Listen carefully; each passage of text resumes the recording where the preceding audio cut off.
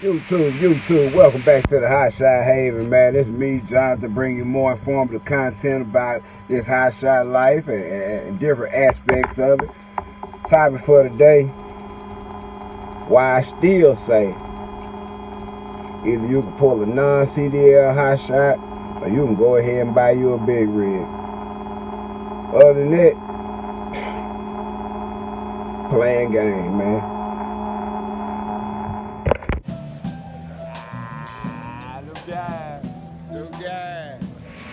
So, like I said, you got 2 or 5/16 ball on a gooseneck, it swivels. So when that top vehicle wants to go right, when you go left, it's gonna do that. There's nothing stopping that. That ball pivots freely up until a certain point. And after it gets to a certain point where that ball stops, believe me, that trailer's already over. The articulation on that ball is pretty deep, like to the point where that angle will happen like that. And it does happen like that. And by the time the guy knows that he's taking this curve too fast, the whole truck is coming over with the trailer that's already flipped, And I like I said, I'm not going to point the finger 100% at the car hauler because there's a lot of accidents that happen. But like I say, being a CDL high shot and plating your truck around that range, it could be 45. They know they're not a rig. They know it's not a rig. So what they do, they make you pay for the mistakes with people that pretty much probably had their last day of business the day they flipped that truck, which ain't your fault. And you might be the best guy in the world, but coming out, especially with your first year authority and you're a new venture and everything, you're gonna get some really high rates. And that's one of the things that contribute to one of the cons, because in the midst of getting this crazy high insurance rate, they still ain't respecting you for to be a semi. It isn't. Until you can pull up and present a 48-foot trailer or a 53-foot trailer that can gross 46 to 48,000 on the deck, or at least 37.5 on the deck, they not gonna respect you in the same manner they would respect a guy pulling up with a nice Kenworth, Peterbilt, Volvo, one of those Freightliners, Western style with the navigator nose on the front of it, pulling a 53-foot step deck and finna load up and not have no problems about going across the scale or breaking axles and doing crazy stuff like that, flipping the truck and all that stuff. And that leads to the next con, longevity. Longevity. A lot of people use trucks and they are expendable, but we're not trying to expend them rapidly. We're not trying to rapidly decrease the life of the machine. It's to the point that even if you bought a tractor trailer with mid 400,000 miles on it, and let's just say it had 50,000 miles worth of remaining warranty on it, and you went on and got the extended warranty like a smart guy, because this truck costs a lot when it goes down, you would still have that truck probably twice as long as you would have a 4500, 5500, a L450, L550. You would probably have that semi, even though it is well used. You will still probably have that longer than you would have the truck, just because once you get over 30,000 gross, you start to tax different systems on these trucks. And yes, I know people gonna say, yeah, 2020, 2020, and 2018, 2019, 2020, that's some good years for trucks, and they got 10-speed transmissions, and they make them more power than ever, and they doing all that, and that's cool. I respect that. Guys that pull heavy and hard, I can respect that, because it takes concentration and being a real operator out there moving the kind of weight that you're moving and the kind of weight I'm moving. It takes to be a safe operator and a mindful thinker out here on the road. Instead of just reacting, you got to be proactive. So those guys right there, I tip my hat to you, because you moving this stuff just like I'm moving this stuff in a safe manner. But like I say, until you can present yourself as a semi, and not have any extenuating circumstances like, okay, this is expedited, or this is my customer, direct shipper. Other than that, you'll pull up and wonder why your rate ain't really what you want it to be, even though the guy next to you pulling the same thing. I move ISO tanks. I've seen plenty of guys move ISO tanks. But you can believe this. Believe me, you move them ISO tank from what a thing. They sell them to me every day, and I never take one. I never take a pair. I never do any of that. I ain't gonna put it on the guy that got CDL or none of that stuff. They can go anywhere with that load. Detroit to like New Orleans, $1,600. Detroit to like Baytown, Texas, $2,100 for a lead weight parachute that's gonna really tear a truck to bits. A pickup truck is gonna do damage. And even if you drive right and gear it down and everything like that, why would you put that much strain on a piece of equipment when it's totally unnecessary? Now, I can totally appreciate the guys that progressed. You know what I'm saying? Shout out Dave, man. Shout out Hotshot Dave. I can appreciate the guys that progressed into that. They went from the bottom, grinding, get 1 car, 2 car, 3 car hauler. You figure out, hey man, that's not gonna work in a non-CDL environment. I'm pushing 26. I'm easing over the number too many times. I'm getting to the point where I need to get my CDL and go and bump it up, you know. And I don't knock that. That's progression. That's what you want to do. You want to get bigger and better. But in my situation, the only way I would transition from from non-CDL to CDL, is to go straight into 80K. We playing for 80K. If I ever decide, which I might, I'll tell y'all about that later, because there's some shit going on. Y'all believe that. There's some real stuff going on. But I'll tell you about that later. But if I ever do decide to flip the script and throw some CDL stuff, you know what I'm saying, on me, because they in the fleet. But at the same time, me personally, flip the script, pulling up Peterbilt. Y'all gonna run tell that. Kenworth or something nice, but it ain't gonna have a Packard engine in it. I'll tell y'all that, and that's a whole nother video. But nah, that MA13 ain't going in there. That'd be a Cummins, or I take a Detroit 60 series or any of that. Yeah, they can keep that Packard. I don't care how quiet, how low they say it, pull that MA13. Y'all have that. Y'all boy that got it, y'all know one thing, there's plenty of money going in that motor right there with all these revisions and stuff they coming out with. They can have that. But back to what I'm saying, we going straight to the gusto, you know what I'm saying? Because one thing you'll come to realize, whether it's freight, car, or whatever, volume make the money. At the end of the day, all the complaining about rates and who taking this and who taking, I ain't taking this shit. I done told y'all, I done showed y'all, I got Instagram, go to Nobel Pride LLC, Instagram, shit, J Butler 357 Instagram. I mean, hey, it's to the point where I put something up every once in a while where I be negotiating with somebody. There'd be $50 to $100 difference between what I'm trying to do and what they trying to do. I ain't gonna take it. Nope, I ain't gonna pull it. Cause guess what? I ain't got to. You don't have to. It's the mindset. See, I ain't studying this shit. At the end of the day, you gotta understand your value regardless of what you're in. And I understand the value of a non-CDL hotshot very well. I understand the value of partial.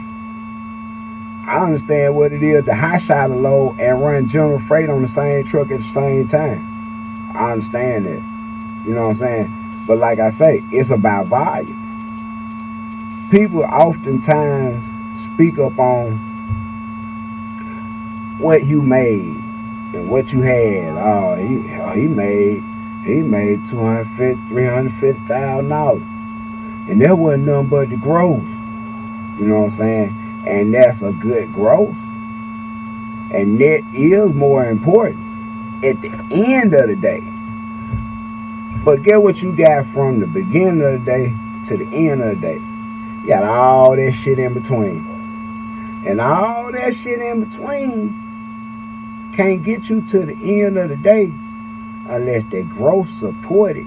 And when it come out to the end of the day, you got the net. And whatever that is, that's your business. But the growth that started over here, that went over to the net, there was a whole lot of shit in there. Oh, we came, boom, you got a truck load. Boom, you might have a trailer load. This all in between there from here to the net. And see, you know what I'm saying? I evaluate numbers differently because at the end of the day, you got people screaming, I made this growth, and that's what you're supposed to do. You're supposed to gross a high amount. You're supposed to gross as much as you're supposed to grow. And try to gross and can grow. But over here on the other side of net, on the other side of here with net, it ain't about always what that number might end up being, which I stress that you need to be trying to make the high amount of profit you need to make. But what did you do between gross and net? When it went from gross to net, what kind of business you handled? What kind of money you put up? What kind of maintenance you did? What kind of shit you did to make your next day or your tomorrow be a better day than it was today, besides jacking off your money? You know what I'm saying? So, like I say, non-CDL, CDL, semi. Non-CDL Hotshot, semi. That's your progression. Unless you got a direct customer right here from non-CDL to a direct customer that want a CDL Hotshot and that's what he need and that's gonna suffice and he ain't loading you so heavy your truck will last 3, 4, 5 years. Roll that. But in between here and here, if ain't none of that present in the middle, and you running at $1 and you trying to make $1 out of 15 cents, skip all this in the middle. Don't fuck over yourself. Because this guy right here in the semi paying half the insurance that this guy paying. And this guy worried about saving 2 miles to the gallon so he can get 8.9 instead of this dude over here in the semi getting 6.9. Meanwhile, I'm over here getting 12 and a half and chasing that same dollar. So you see why that dude in the middle, it look good, it sound good, and there's some money to be made. There's some people making some hellified money, CDL Hotshot. They got some baseline customers though. They ain't out there picking out the low boy trying to get $2 a mile and knowing damn well they don't want to pay that for nothing but a big rig. You know, rates are rebounding a little bit, but at the same time, my rate gonna be my rate. I don't care, man. I charge by a trailer load. If you taking up a certain amount of the trailer, you taking up a certain percentage of that trailer, you're gonna pay a certain percentage of what it costs to have that trailer for a day. You can't have my trailer for a day and pay for half of a trailer. Nope. Nah, you can't do that. And I ain't gonna rock like that because it ain't profitable. At the end of the day, this stuff about numbers. So when you think about the cost of ownership of a CDL Hotshot and the cost of ownership of a slightly used or well-used semi in good condition, you'll come to see that the cost of ownership of that semi over the time period owned, which I call value, that's what we always talk about, where your value is. Your value is when you get the use out of it over a period of time and it equates to making more money than it cost you, then you made a profit and you saw the value of it. This truck right here, by the time you get through and get ready to see the value, be about 300,000 miles. We hope. Pulling 30,000 on the deck every day. We hope. It's time for a new truck. Meanwhile, this guy over here been pulling 40,000 pounds consistently on the deck every day. Past them 300,000 miles and trying to do 300,000 or 400,000 more. And gonna go over 1 million miles with the proper maintenance. Whereas the truck in the middle and this non-CDL truck right here, looking at probably 500,000 miles, maybe a little bit more than that. You know what I'm saying? With proper maintenance. You know, this guys done got 600,000-700,000 miles out of various different types of engines. Everybody got their favorite engine and everybody got their favorite brand of truck and stuff like that. So I'm not gonna get into that. But it gets to the point where, like I said, when it comes down to real numbers, if you don't have a dedicated customer with this CDL Hotshot, you're gonna be running around chase $2 a mile like a chicken with a head cut off. It's gonna be tough on you a lot of days. You know what I'm saying? And then you go back and try and renew your insurance, and 550 assholes that flipped a truck over the last year. You think your rate ain't gonna go up? And you could be in business for a whole year and going back to renew for your second year. My insurance went down. CDL guys' insurance, especially car haulers, went up. And see, that's what ain't nobody looking at market fluctuation, worst case scenario, depreciation, or none of that. They just count straight numbers. Just, I'm gonna do it for this much, it cost this much, I made this much. That ain't how it works. That ain't how it works. That's an elementary way to do it, and you'll find yourself in money trouble in a little while if that's the only thing you looking at. You gotta look at the unforeseen. And that's what I know I've grown to be very good at. I am a market analyst. I study lane. I study company trends. I study what's going on in the news, politically, all that stuff. I look at everything as a whole. You know, so when you look at everything as a whole, and if all things are being created equal or being made equal from a non-CDL to a CDL to a semi, based upon percentages and based upon not growth, not net, but percentage of profit, the win go to the non-CDL guy. And I approved that 2 years straight, man. I mean, it don't make no sense how much damn money has been made over here in the November Pride. It really don't make fucking sense. And you know, we shout out guys like Dog Horse the Rain. Man, bro, he out there in San Antonio. That was one of my good partners right there. Oh, he come break bread. He come break bread with me every time he see me. We gonna sit down, chop it up. We gonna eat some and kick back and yada yada yada. Manuel over there, Jam, Transport. That's my guy right there. He gonna swing down on. He come to the house. You know, it ain't no thing. These my guys out of Texas and everything that I fuck with. I fuck these guys for real strong. You know what I'm saying? Manuel do the CDL Hotshot, but get what? Manuel got his own customers. So you can't fuck with a nigga that got his own customers. And I hate to say it like that, but when you got folk that on demand from you and you charging them and give them fair with you, that's what you do. Because his equipment accommodates that particular customer. But just ripping around hitting the low boy with that, you gonna find you some places where you gonna run cheap. Even though everybody's screaming, ain't nobody taking cheap freight, don't take cheap freight. Somebody taking it. I know it ain't me. Somebody taking it. Don't nobody want to own up to it. But guess who it is? Y'all ain't even understanding. It's more the non-CDL. I mean, it's more the CDL guy taking their cheap freight because they looking at parcels as gas money and backhaul. I said this shit 1,000 times. Don't make me say it no more. There's no such thing as a backhaul. That broker don't know where you stay. I'm so sad hearing people say that, man, somebody will tell me in one of these damn Facebook groups and yada, yada, yada, I took this on a back haul and it was 50 cents a mile and it was a whole trailer and yada, yada, I had to get home. Get what? I did here. Done did it. I ain't scared to admit it, because over the course of my week, my rate per mile allowed me to dead here and still be over $2.35 a mile for the week. For the week. It's all about numbers. While they talking, I'm counting. So, you know what I'm saying? It's hard to beat a numbers person, especially a number person that actually pays attention to trends. It's tough. But like I said, non-CDL, CDL semi. All that in between, that's a headache, a heartache, and a pain you ain't got to put yourself through. That's some torture you ain't got to do to your equipment. You get you something that meant for the job and come out better, have way more longevity, actually see a better profit over the long term, and your percentage of income earned and kept will go up. It is. It is. And the numbers do it. You can do your own numbers and see for yourself, regardless of whether you CDL, non-CDL.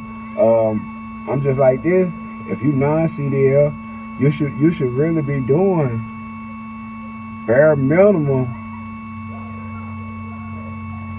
Non-CDL, you should be doing bare minimum 10 a month. Like, to be honest with you, and that's gross, and that's not really a lot, but that's a solid foundation to stand on. You know, a lot of people, oh, $10,000 in a week. Yep, they do $10,000 in a week. How many of them people you seen post a video and say they gross $40,000 or $50,000 a month though? I don't want to hear about your anomalies.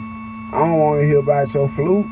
I don't want to hear nothing about you caught the good load and this and that, because that shit happens every day. That ain't shit to broadcast. That ain't nothing to really just broadcast. What is noteworthy is when you can make them $10,000 a week, $6,000, $7,000, $8,000 a week on a non-CDL Hotshot Haven consecutively. And that comes with either constant customers, some really great dispatching, which is good, but a week at 10 grand, and then come back and do a week at 3 grand, and then come back and do a week at 7 grand, and then come back and do a week at 3 grand. Yeah, you at 23,000 gross, and that's great. But at the same time, the goal of any business is consistency. The goal of any bank when it comes to a business is consistency over a period of time. This is what you judge by.